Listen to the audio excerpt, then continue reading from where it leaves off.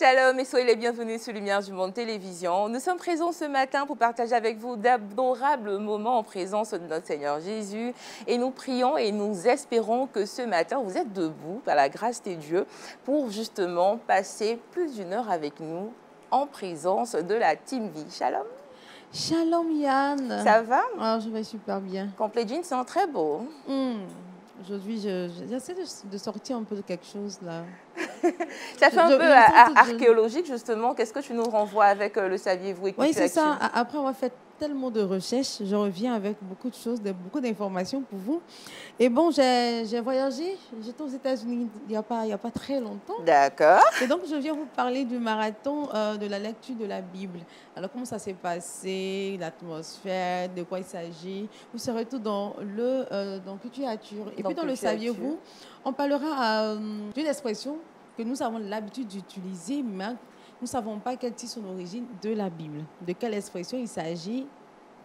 On le saura, mais en attendant, mais qu'est-ce qui ne tire pas son origine de la Bible? Je suis très curieuse de savoir parce que tout est tellement inspiré de la Bible que vraiment. Kouda, comment ça va? Ça va superbement bien. Alors, qu'est-ce que tu nous rapportes comme astuce?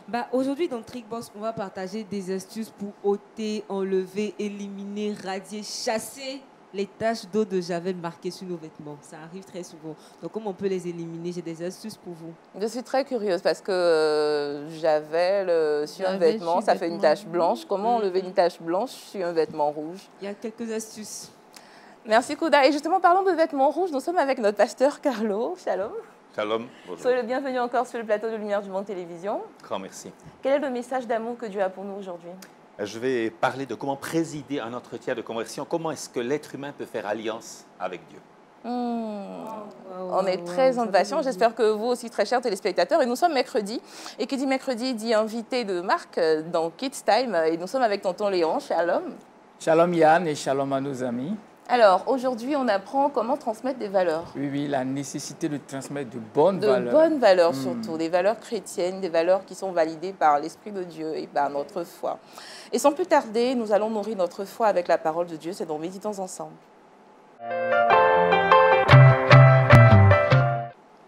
Pasteur Carlo, vous avez la parole. Alors, j'aimerais commencer avec un témoignage. Il y a très longtemps, j'avais besoin de me faire couper les cheveux. Quelqu'un pouvait me les couper gratuitement, mais dans mon cœur, j'étais à plus de 100 km de mon village natal. Dans mon cœur, c'est comme si l'Esprit me disait « Retourne chez le coiffeur de ton enfance, celui qui t'a coupé les cheveux quand tu avais 4 ans. » Je me suis mis au bord de la route, j'ai fait du stop, j'ai fait les 120 km. Et puis, pendant qu'il m'a dit « Ah, Carlo, voilà, on se retrouve. » Et pendant qu'il me coupait les cheveux, il m'a dit « J'écoute l'Évangile à la radio tous les matins. » Et je lui ai dit « Mais est-ce que quelqu'un t'a déjà expliqué comment faire la paix, comment faire alliance avec Dieu? » Il m'a dit « Jamais personne ne m'a expliqué. » Depuis des dizaines d'années, il coupait les cheveux de pasteurs, d'évangélistes, etc. Personne n'avait pensé que ce monsieur avait besoin de quelqu'un qui préside, qui le conduise dans son entretien de conversion. J'étais le seul client. Après les cheveux, il a mis un panneau fermé pour cause de conversion. Non, il a mis « Je reviens tout à l'heure ».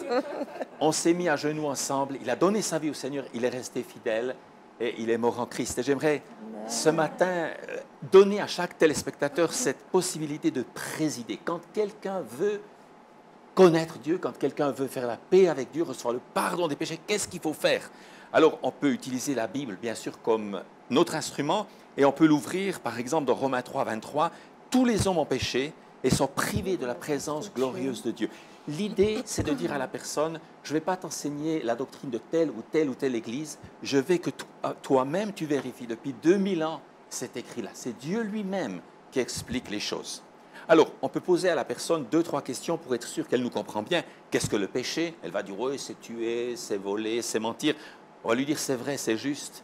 Mais c'est vivre comme si Dieu n'existait pas. C'est vivre sans donner à Dieu la place qu'il lui mérite. Et à cause de ça, on est privé de sa présence glorieuse, comme un coucher de soleil, un papillon qui vient se poser sur ton genou. Tu dis, Dieu doit être glorieux, Dieu doit être sage, mais je ne le connais pas. Alors, qu'est-ce qui nous sépare?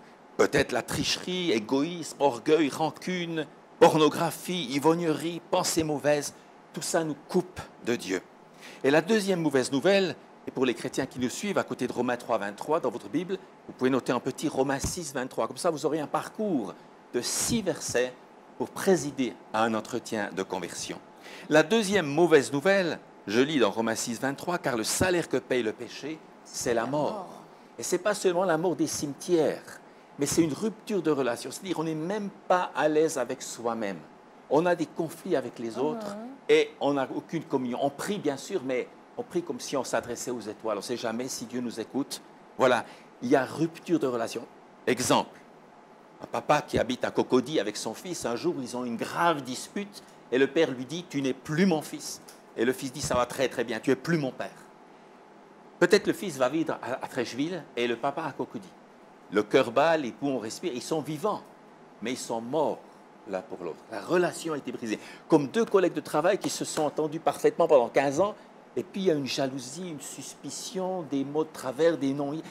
Et tout d'un coup, on ne peut plus supporter de travailler dans le même bureau. Parce que le salaire du péché, c'est la mort. Mais on sait que Jésus est venu apporter une bonne nouvelle. C'est quoi cette bonne nouvelle? Vous pouvez écrire à côté de Romains 6, 23, Romains 5, 8.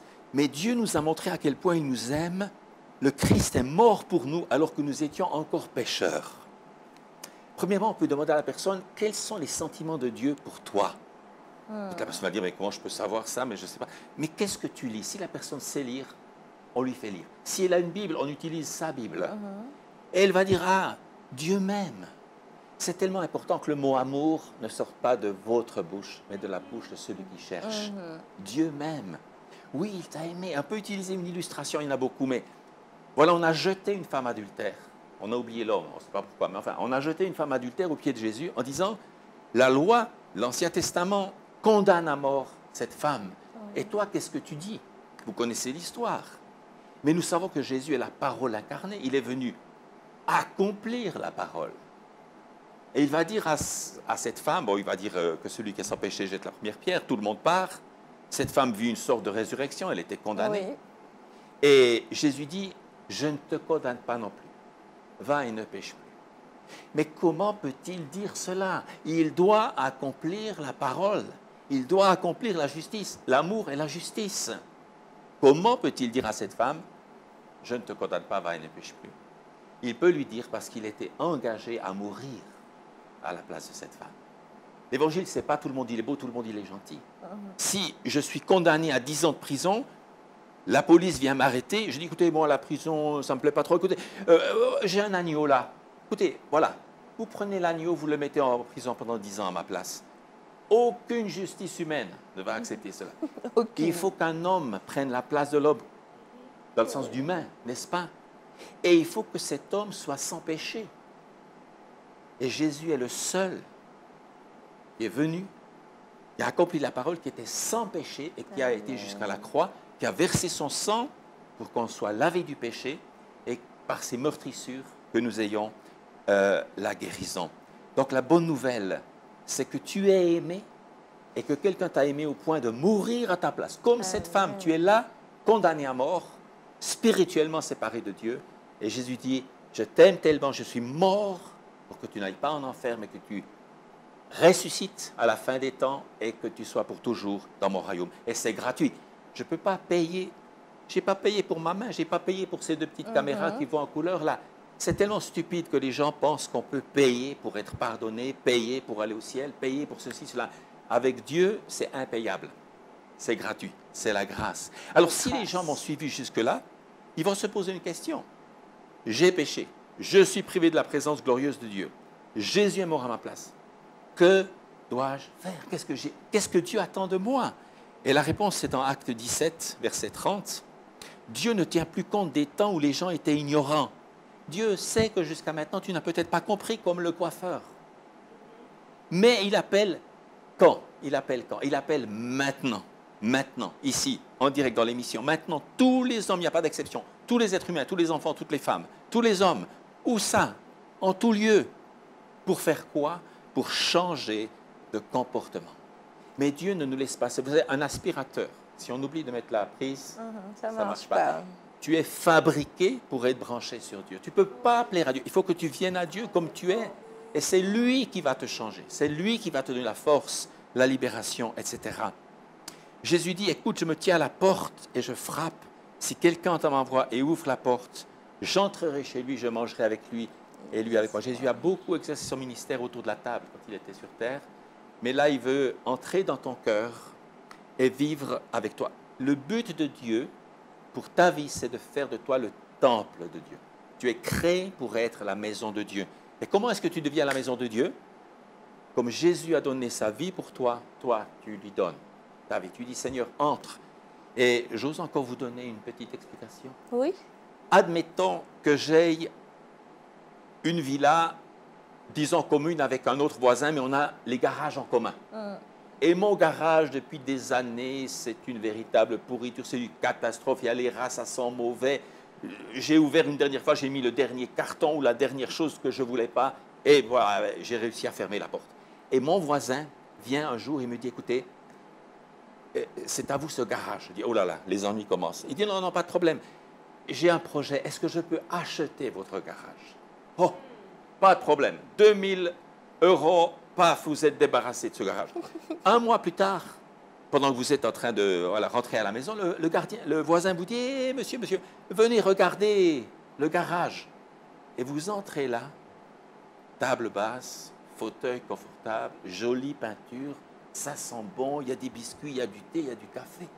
Et vous vérifiez, oui, je suis obligé de reconnaître, c'était mon garage. Qu'est-ce qui s'est passé? Un changement de propriétaire. Jusqu'à aujourd'hui, tu as été le roi de ta vie et tu peux décider que Jésus devienne le roi. Il va tout changer. Il va tout changer, mais il va changer ça pour ton bien. Et je vous donne un verset pour conclure. Bien sûr, vous pouvez noter Actes 17, 30 à côté de Romains 5, 8. Vous pouvez noter peut-être Jean 14, 23 pour terminer cet entretien. Peut-être vous pouvez regarder encore l'émission pour bien suivre, pour être capable d'emmener vos amis, vos parents, vos voisins, les amener au Seigneur. Le verset pour conclure, Jean 14, 23, Jésus dit, celui qui m'aime obéira à ce que je dis, mon Père l'aimera, et mon Père et moi viendrons à lui, et nous habiterons chez lui. Ça, c'est le but de Dieu pour ta vie. Invite le Seigneur, il ne va pas casser ta porte, mais si tu lui ouvres la porte, il va entrer et tu vas commencer une vie nouvelle, merveilleuse, profonde, valable, une vraie destinée avec le Seigneur. Amen. Amen. C'est une très bonne nouvelle qui nous est annoncée ce matin, très chers téléspectateurs. Le pasteur a essayé de vous faire comprendre que l'amour de Dieu peut transformer vos vies et il est important que vous puissiez l'accepter justement pour être à la hauteur de sa gloire, à la hauteur de l'amour qu'il porte. Amen, amen. Alors, tonton Léon, vous qui êtes dans le ministère, qui aidez justement les parents et les plus jeunes justement à accepter Jésus, l'amour du Christ, comment on peut le percevoir dans votre ministère ou avec les autres? C'est de les aimer, de les comprendre et d'avoir cette compassion que Jésus avait. La Bible dit, Jésus l'a vu et il était pris de compassion. C'est d'être sensible à leurs besoins, de ne pas les condamner, les juger, comme il a fait. Le pasteur l'a dit avec cette femme qui a commis l'adultère, mais c'est de pouvoir les accepter et les accompagner dans ce processus pour qu'ils soient gagnés à Jésus. Cette femme, Jésus avait besoin qu'elle soit vivante pour la sauver. Oui. Si elle mourait lapidée, Jésus n'aurait plus ce pourquoi il est venu. Oui. Donc il a besoin qu'elle soit vivante avec son péché pour qu'elle soit sauvée. Donc c'est de les aimer, de les comprendre, chercher à avoir le regard de Dieu sur eux, donc avoir l'attitude de Dieu et les récupérer pour le Seigneur. Merci, tonton Léon. Pasteur Carlo, est-ce que c'est facile justement d'annoncer cette bonne nouvelle qui est l'amour de Christ aux hommes? Vous qui êtes pasteur quotidiennement, vous voyez certaines personnes dont vous avez envie que la vie change, mais est-ce que c'est facile de réussir ce processus? Alors, ce n'est pas toujours facile, il y a le rejet, et si on pouvait évangéliser sans être rejeté, on serait plus grand que Jésus. Mais Jésus a dit, ils ont aussi accepté, à tous ceux qui l'ont reçu. Il a donné le pouvoir de devenir enfant de Dieu. Et j'avais oublié ça durant le message, mais dans ce petit livre que j'ai écrit, Comment entourer ceux qui viennent à Christ, vous avez le message de ce matin beaucoup plus complet, et puis le message que je donnerai encore une autre fois.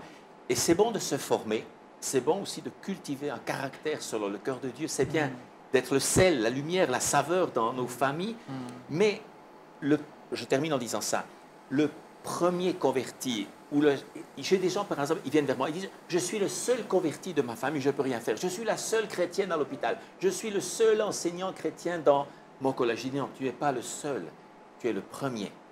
Et le premier est souvent persécuté. Donc, c'est vrai que pour enfanter, pour que les gens viennent au salut, il y a souvent un prix à payer de persévérance, de service, de pardon. Un bébé, ça coûte cher.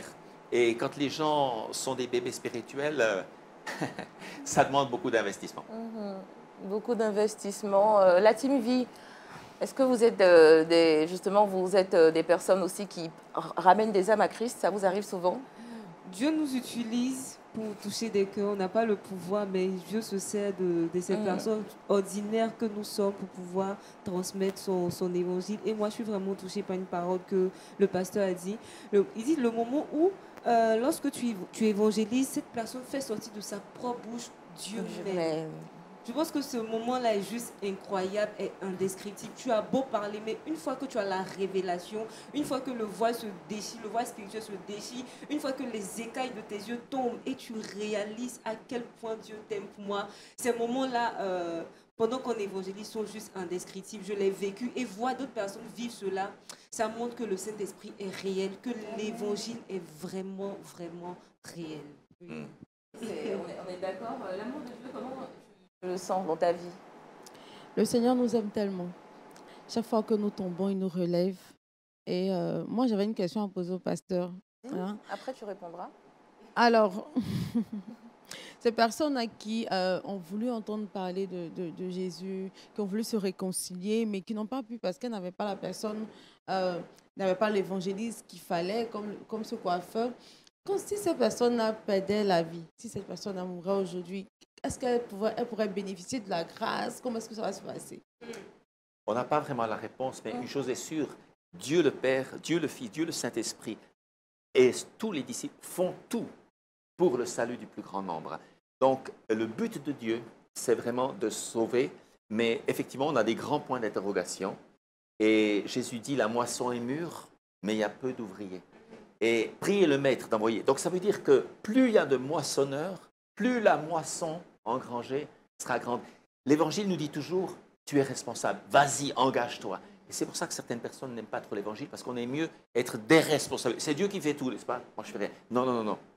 Priez le Maître de la moisson, soyez des moissonneurs, engagez-vous pour que beaucoup de gens au ciel vous disent, normalement, je serai en enfer, mais par ta faute, je suis au ciel. Amen. La faute, je suis au ciel. Je veux qu'on dise ça de moi. Et finalement, on n'a pas eu ton partage d'expérience avec l'amour. Mais c'est ce que je dis, le Seigneur est tellement amour, toujours, il nous garde, il nous protège, on a le souffle de vie, on tombe, il nous relève. Qui est parfait? Personne n'est parfait. Il nous permet d'avoir de belles tenues, de beaux cheveux, de jolies chaussures. Voilà, il nous garde toujours. Je pense que chaque fois que nous tombons, on se rappelle, moi j'ai l'habitude de dire que le Seigneur m'aime. Donc même quand je tombe, j'ai péché, c'est vrai, mais je dis, le Seigneur m'aime toujours, il a la main tendue vers moi, donc Seigneur, pardonne-moi, et puis alors, on reprend notre histoire, quoi. C'est tout simplement une vie chrétienne, c'est une vie pleine de miséricorde, de grâce et de prière pour justement bénéficier de cette grâce qui nous vient de notre Seigneur Jésus. Pasteur, je vais vous inviter à prier pour le peuple de Dieu qui nous suit ce matin afin que cette parole puisse porter son fruit. Oui. Seigneur, nous apportons tous ceux qui te cherchent parce que tu as dit, ceux qui me cherchent sont sûrs de me trouver. Et nous te prions pour ces moissonneurs, nous te prions que les téléspectateurs soient transformés, soient encouragés pour devenir eux-mêmes des porteurs de vie, des moissonneurs. Tu as dit, un grain en porte 30, 60 et 100. Rends, Seigneur, ton peuple fécond, multiplie ton peuple en Côte d'Ivoire et jusqu'aux extrémités de la terre. Amen. Amen. Amen. La parole de Dieu nous évite justement de marcher sur des sentiers qui ne sont pas glorieux. Vous avez compris, nous passons à cette deuxième étape de notre rendez-vous qui est le défi biblique. Et aujourd'hui, dans le défi biblique, notre invité, c'est tonton Léon. C'est maintenant. Défi biblique, nous parlons de lieux, nous parlons de personnages, nous parlons de chiffres tirés de la Bible. Et aujourd'hui, nous parlons de l'enfer. Tonton Léon. C'est faux, c'est faux, c'est faux. Oui, c'est un mot qu'on n'aime pas beaucoup. On entend rarement parler d'enfer dans les prédications, dans les messages et tout ça. Et pourtant, ça fait partie, c'est un aspect de l'évangile, comme le pasteur vient de le dire. Et l'enfer peut être un lieu, l'enfer peut être une condition de vie. Quand nous lisons dans Matthieu 25, 41, il dit « Ensuite, il dira à ceux qui seront à sa gauche, « Retirez-vous de moi, maudits, allez dans le feu éternel qui a été préparé pour le diable et pour ses anges. Voilà, donc là, c'est l'enfer au sens propre du terme, c'est-à-dire le lieu où tous ceux qui n'ont pas cru, n'ont pas reçu Jésus-Christ, bien qui ont renoncé à leur foi, seront avec Satan et ses anges. L'enfer n'a pas été créé par Dieu, parce que dans le but de Dieu, c'était de créer des hommes à son image, selon sa ressemblance, et de vivre une histoire d'amour avec eux. Ça, c'était le plan parfait de Dieu. Donc Dieu n'a pas créé les hommes en pensant créer un endroit où les indisciplinés vont se retrouver. Non, non. Dieu est amour, il garde son amour. C'est pour ça que Jésus-Christ est venu mourir et ressusciter pour récupérer son image et sa ressemblance. Donc c'est un lieu où Satan et ses anges déchus seront éternellement, parce que l'enfer aussi est éternel. Mais tous ceux aussi qui ne seront pas fidèles à Dieu, rattachés à Dieu, seront emportés par Satan dans ce lieu. L'enfer, je disais, c'est une condition de vie, c'est-à-dire cet enfer de lieu, c'est après la mort, après la venue de Jésus, tout ça. Mais on peut vivre dans des conditions extrêmement difficiles qui peuvent s'apparenter à un enfer. L'enfer, pour moi, peut être défini être loin du Seigneur, être séparé du Seigneur, ne pas vivre dans la grâce du Seigneur. C'est un type d'enfer. C'est pour ça que ce matin, avec le pasteur, l'évangile est venu pour ceux qui nous suivent, de revenir à Christ. Le processus a été communiqué. On reçoit Christ et on vit dans sa paix terrestre et on vivra aussi dans sa paix céleste. Amen. C'est tellement bien dit. Pasteur Carlo, un mot sur justement le lieu du défi biblique, l'enfer. Juste un petit mot. Oui, il serait extrêmement dangereux de ne pas comprendre que Jésus lui-même en parle clairement 25 fois. Et les théologiens, malheureusement, qui veulent essayer de ménager la chèvre et le chou et de dire tout le monde il est beau, tout le monde il est gentil, on ira tous au paradis, mentent et contredisent directement. Donc, Dieu fait l'impossible pour nous sauver, mais il ne va pas supprimer notre liberté. Ce sera des volontaires qui seront dans le royaume de Dieu. Si je peux encore dire une phrase, Dieu ne va obliger personne à être dans son paradis. Et l'enfer n'a pas été créé, oh là, je me perds un petit peu. Vous l'avez dit très bien, l'enfer n'a pas été créé premièrement pour l'être humain, c'était pour Satan, qui sera puni éternellement, ainsi que les démons. Il ne sera pas le grand chef de l'enfer, mais il sera lui-même terriblement puni. Wow, il ne sera pas le grand chef. Parce Non. que souvent, quand on nous montre les choses, on a l'impression que le diable, c'est le chef, lui-même sera puni là-bas. Souvenez-vous que les démons étaient terriblement perturbés et ils ont dit à Jésus, est-ce que tu es venu nous tourmenter avant le temps? Le diable connaît son avenir de tourment, ainsi que les démons. Je pense qu'on est situé avec ce défi biblique sur l'enfer. Merci, tonton Léo. Merci, pasteur Carlo. Et nous poursuivons. Nous allons à la découverte des actualités chrétiennes de par le monde. Nous allons dans Culture Actu avec Kate.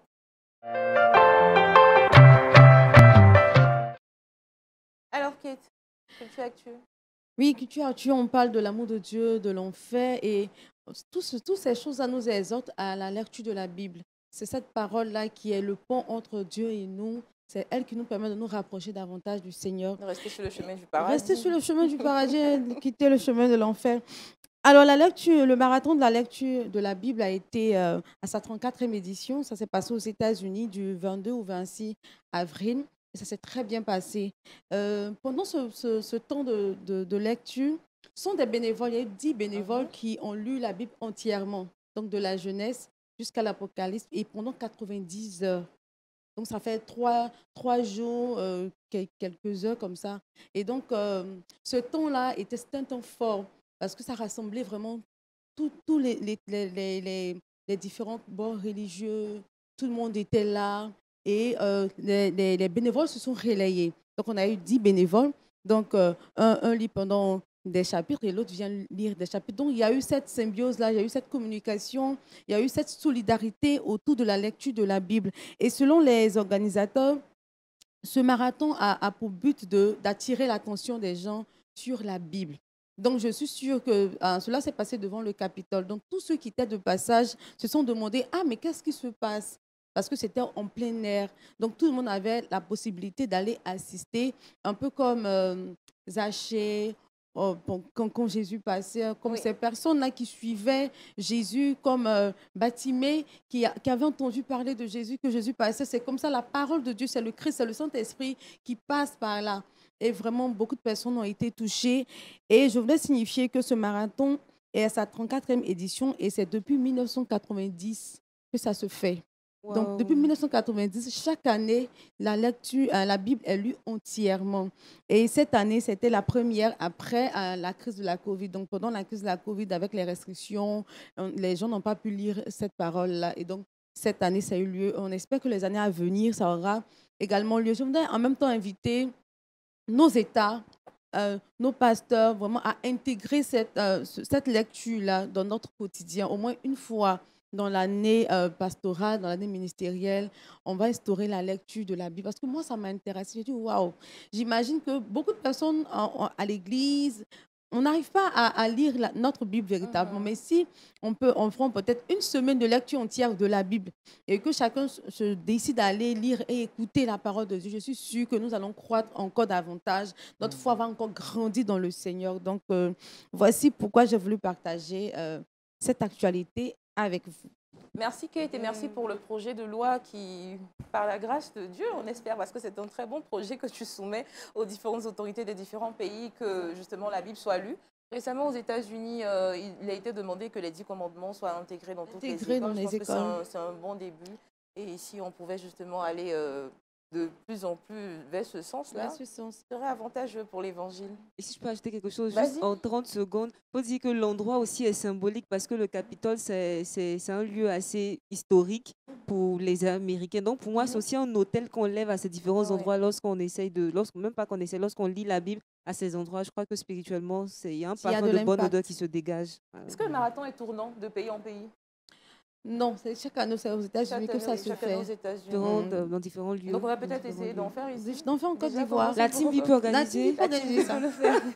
Allez, on passe à cette autre rubrique que nous retrouvons notre invité qui est Tonton Léon et c'est donc Kids Time, c'est maintenant. Aujourd'hui dans Kids Time, comment partager de bonnes valeurs aux enfants? En Merci. lisant la Bible aussi. En lisant la Bible, oui, En lisant la Bible aussi. ça fait partie des Mhm. valeurs. Oui, l'éducation est d'abord et avant tout une question de transmission de valeurs. On pourra définir l'éducation éducérée, tout ça, en latin et tout ça. Quand on aura fini toute cette démonstration, il faut garder que éduquer un enfant, c'est lui transmettre des valeurs. Si vous avez ça clair dans votre esprit en tant qu'éducateur, en tant que parent, ça facilite les choses. Donc, ma vie est transmise à mes enfants. Et cela de génération en génération.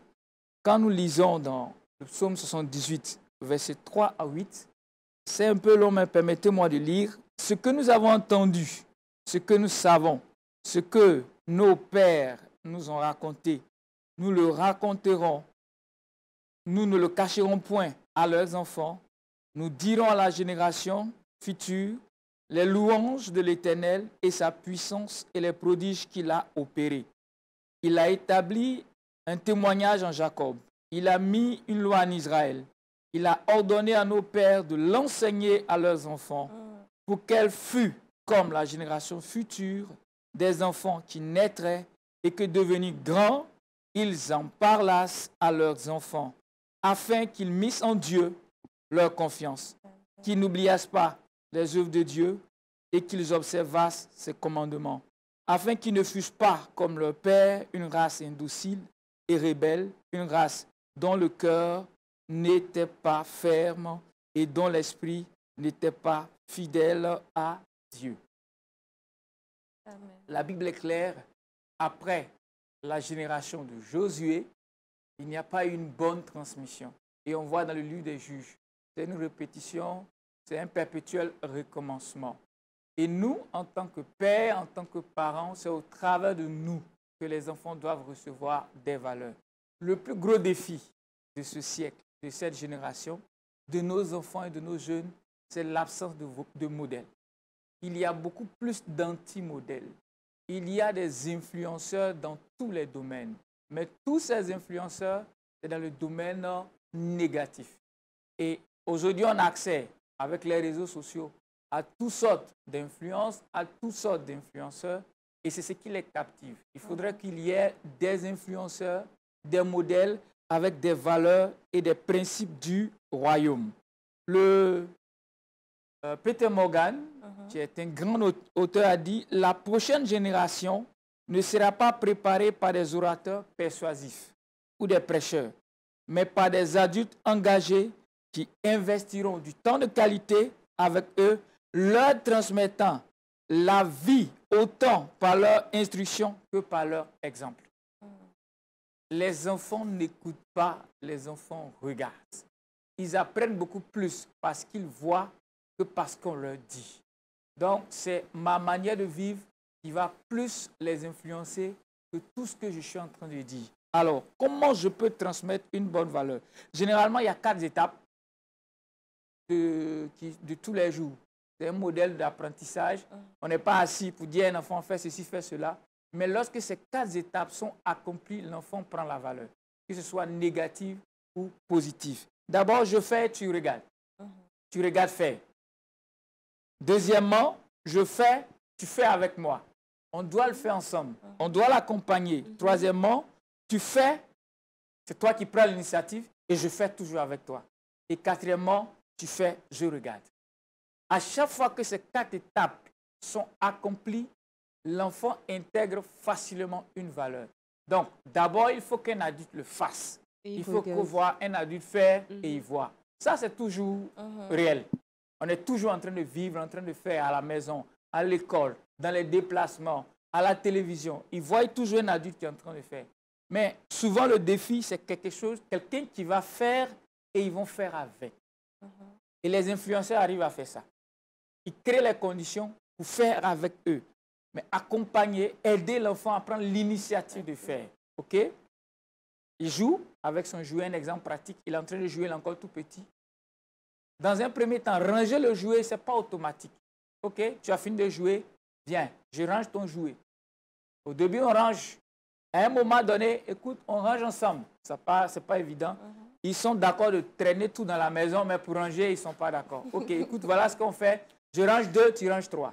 Je range 2, tu ranges 4. Qui va ranger le plus? On fait avec lui. Et à un moment donné, on le pousse à prendre l'initiative. Si tu ranges 2, je range le 3e. À chaque fois que tu ranges 2, et puis à la fin, on va compter qui a rangé le plus. Et puis à un moment donné, on commence à se détacher et l'aider à faire seul. Tout se transmet. Tout se transmet. Tout ce que les enfants voient se transmet. La foi se transmet. C'est mon modèle de foi que va hériter mes enfants. Dans 2 Timothée 1,5, Paul parle, il dit, gardant la foi, qui était d'abord en ton aïeul Loïs, et qui habita en ta mère Eunice, et j'en suis persuadé, habite aussi en toi. Ce verset-là nous fait dire que ce n'est pas Paul qui a envoyé Timothée à la foi. C'est vrai, c'est son père spirituel. Paul est venu construire sur des fondements solides qui sont passés de 3 générations, depuis son aïeul Loïs jusqu'à sa mère et jusqu'à lui. Et ces fondements, c'est à la maison qu'on les prend. OK?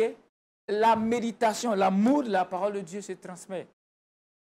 Les enfants ont besoin de nous voir lire la Bible. Quel est notre rapport avec la parole de Dieu?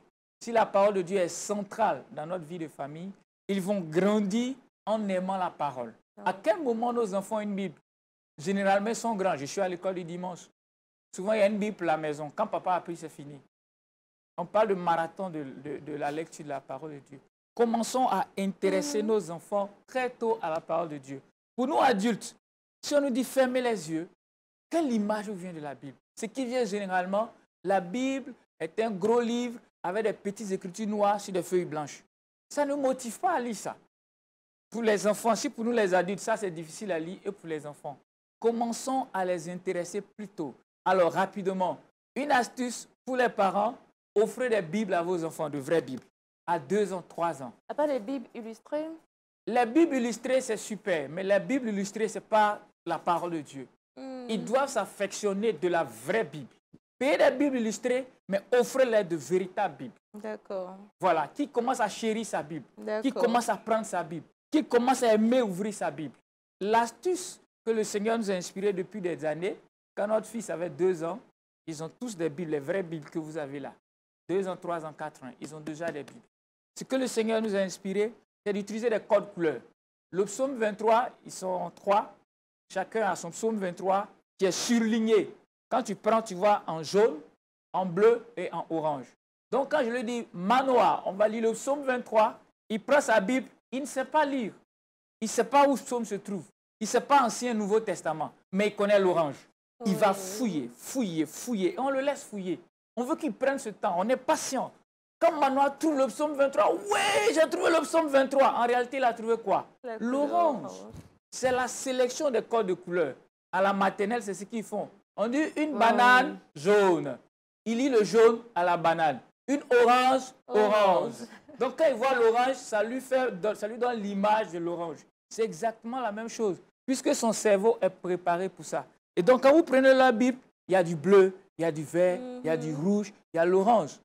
Et chaque soir, quand on lui dit un passage, si déjà à 2 ans, il est heureux de fouiller, de retrouver un passage biblique, ça lui reste. À quel âge on a eu notre première Bible?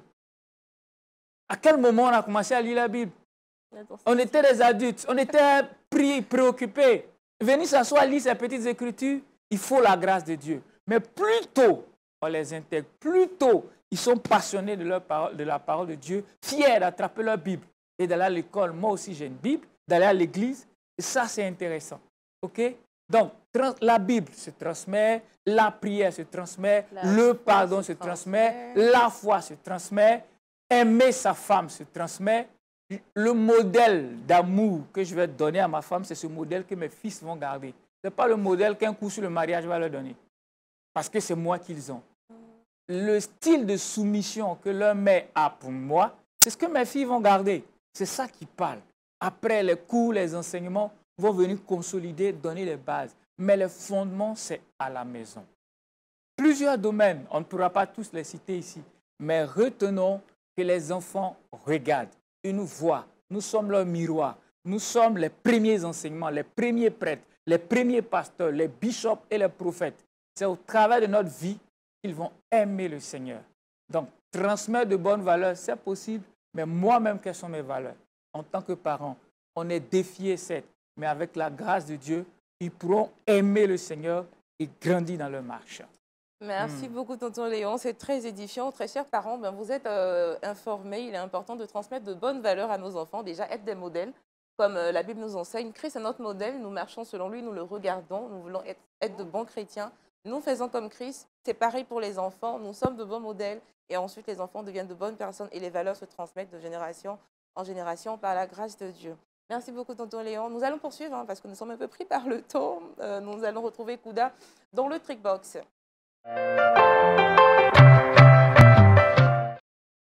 Aujourd'hui, dans le Trickbox, comment enlever une tâche? Effectivement, et ça me fait penser à l'apôtre Paul. Lorsqu'il était en prison, il y a eu un tremblement de terre, les liens sont quittés sur ses mains, les liens sont partis, les liens sont tombés. Donc, si vous appliquez ces astuces-là, l'eau de Javel va également quitter votre vêtement, partir. Et vu que Paul, après être sorti de la prison, il a continué sa mission, votre ami va également continuer sa mission avec vous, vous accompagner à l'église, à des cérémonies, à des mariages, etc.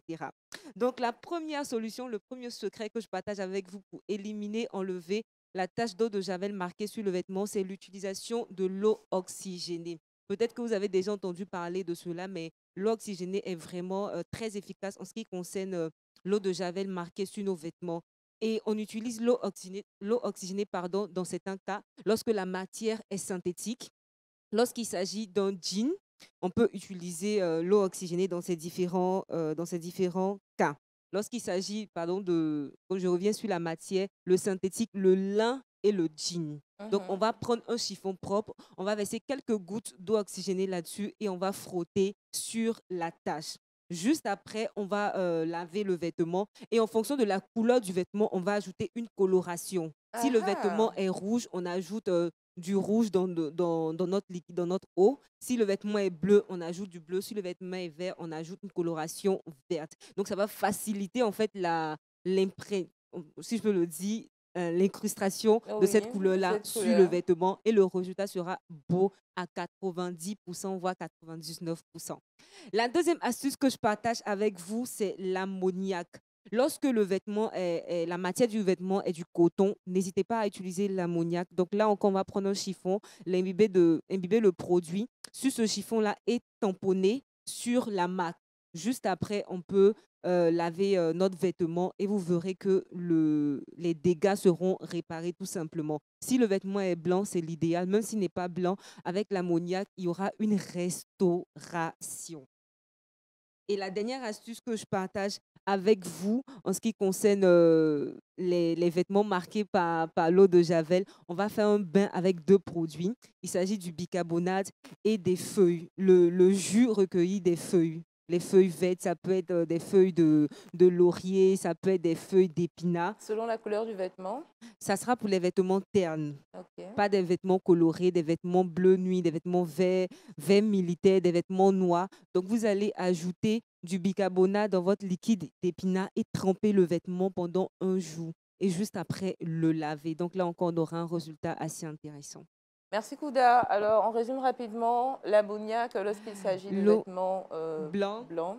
L'eau oxygénée pour tout type de vêtements associés avec une coloration. Et pour les vêtements à couleur terne, on va utiliser du bicarbonate et du jus d'épinard. Merci Kouda. Et nous poursuivons, nous retrouvons justement Kate dans Le Saviez-vous. Alors Kate, dans Le Saviez-vous aujourd'hui, tu nous parlais d'une expression, d'une phrase. Voilà. Des expressions que nous utilisons dans notre commun, mais nous ne savons pas que ces expressions-là tirent leurs origines dans la Bible. Alors on parle aujourd'hui de ne pas changer d'un iota. Alors, ne pas changer d'un iota, c'est une expression que bon nombre de personnes utilisent.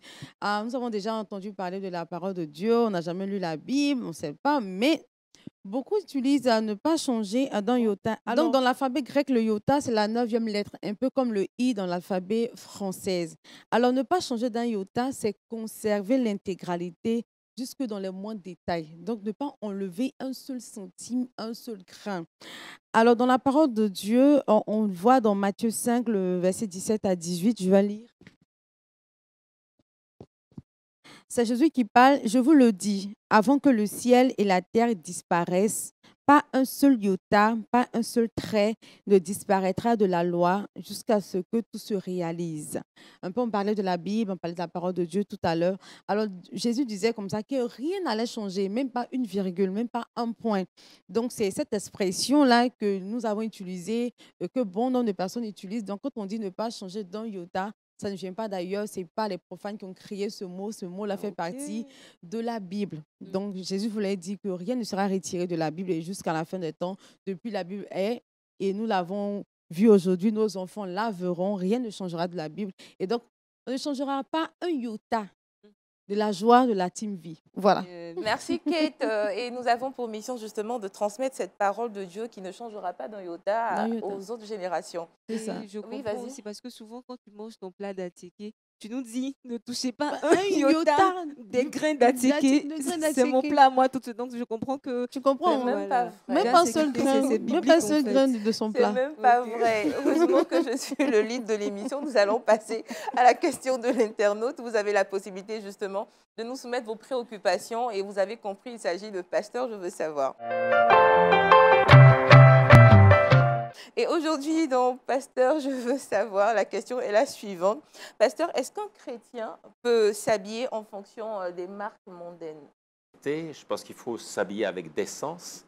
Dieu est contre l'orgueil, mais il n'est pas contre la beauté. Au contraire, le royaume de Dieu est magnifique. Il ne faut pas mélanger les choses. Et j'aimerais quand même encore souligner ce que notre frère a dit. Quelqu'un dit, ce que tu es, crie si fort que tes enfants n'entendent pas ce que tu dis. Ce que tu es, crie si fort que tes enfants n'entendent pas ce que tu dis. Habillons-nous pour que nos enfants puissent nous imiter. Amen. Que très chers téléspectateurs, internautes, j'espère que la réponse vous a satisfait. Et nous avons pour vous justement un verset boussole pour vous aider à mener à bien cette marche en Jésus-Christ. Et le verset boussole se trouve dans le livre des Actes, Acte 17, le verset 30. Or, Dieu ne tient plus compte des temps où les hommes ne le connaissaient pas. Aujourd'hui, il leur annonce à tous et partout qu'ils doivent changer. Amen. Et nous avons pris plaisir justement à partager ce moment intense, plein de révélations, mais surtout de bénédictions en votre présence, très chers téléspectateurs. Merci de nous avoir suivis. Merci, Pasteur Carlo. Merci à vous. Merci, Kate. Merci, Tonton Léon. Merci Kouda et nous on vous dit shalom. À très bientôt. Shalom.